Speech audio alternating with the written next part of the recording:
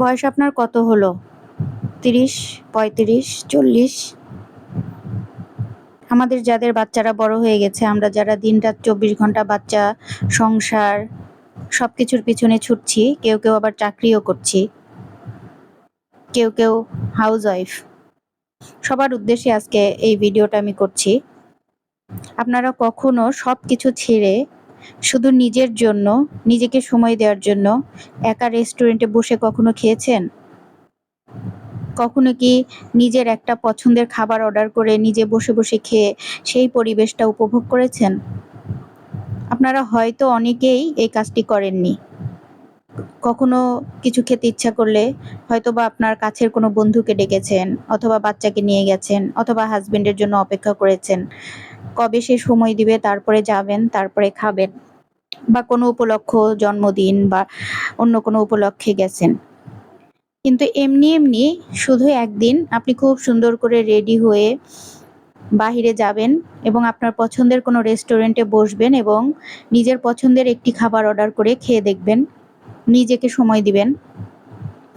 বলছি আপনাকে, করে দেখেন, অদ্ভুত একটা ভালো লাগা অনুভব করবেন। আপনি নিজেকে বুঝতে পারবেন, নিজেকে চিনতে পারবেন। অনেকে আবার ভাবতে পারেন যে সেলফিশের মতো।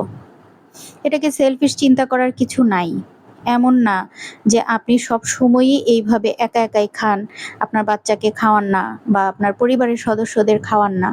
আপনি তো এগুলো করেনই, কিন্তু নিজের জন্য কখনো কি করেছেন কিনা?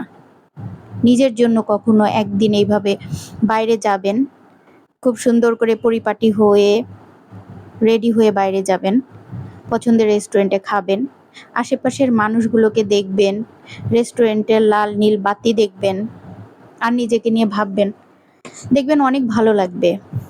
আমরা ছোটবেলায় কিন্তু কখনো একা চলতে পারতাম না, বা টিনেজ থেকে বড় হয়ে এই পর্যন্ত দেখবেন অনেকেই আছি আমরা একা একা চলাফেরা করতে অনেক হেজিটেট ফিল করি, বা আমাদের অনেক মনে হয় যে সবাই হয়তো বা আমাদেরকে দেখছে, খারাপ লাগছে।